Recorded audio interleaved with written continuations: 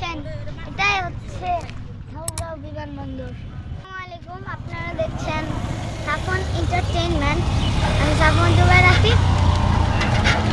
সবাইকে ঈদ মোবারক। আজকে এসেছি ঠাকুরগাঁও বিমানবন্দর। ঠাকুরগাঁও জেলা শহর উপজেলা থেকে 12 কিলোমিটার দূরে এই বিমানবন্দরটি উপস্থিত। 1940 সালে ব্রিটিশ আমলে 550 একর জমির উপর স্থাপিত হয়।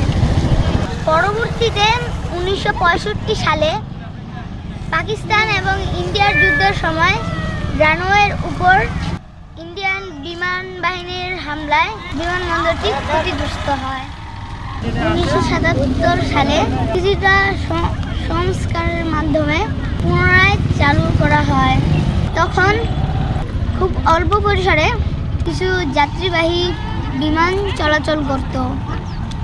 যাত্রীর অভাবে 1980 সালে এই বিমানবন্দরটি ঘোষণা করা হয়। এখন আমরা রানওয়ে থেকে ঘুরে আসি।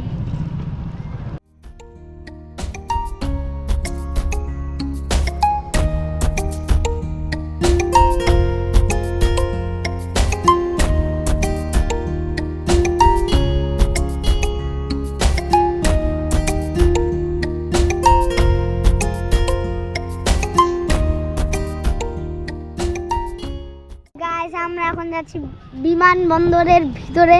আদেও যাওয়া যায় নাকি, কত অনেক মানুষ উঠছে। চলুন আমরা ঠাকুরগাঁও বিমানবন্দরের ভিতরে ঢুকি।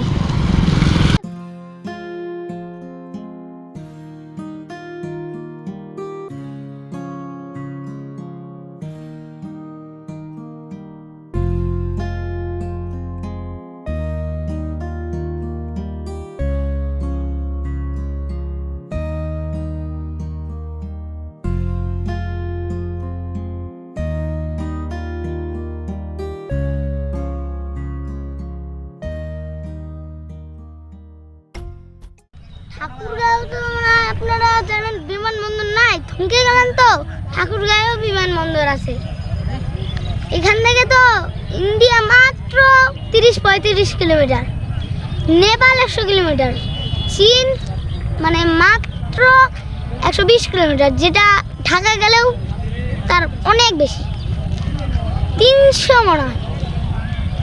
ডক্টর ইউনূসকে অনুরোধ করে এই বিমানবন্দরটিকে চালু করার জন্য। ধন্যবাদ সকলকে। ভিডিওটিকে লাইক, সাবস্ক্রাইব, শেয়ার, ফলো করে যাবেন। শেয়ার তো করবেন।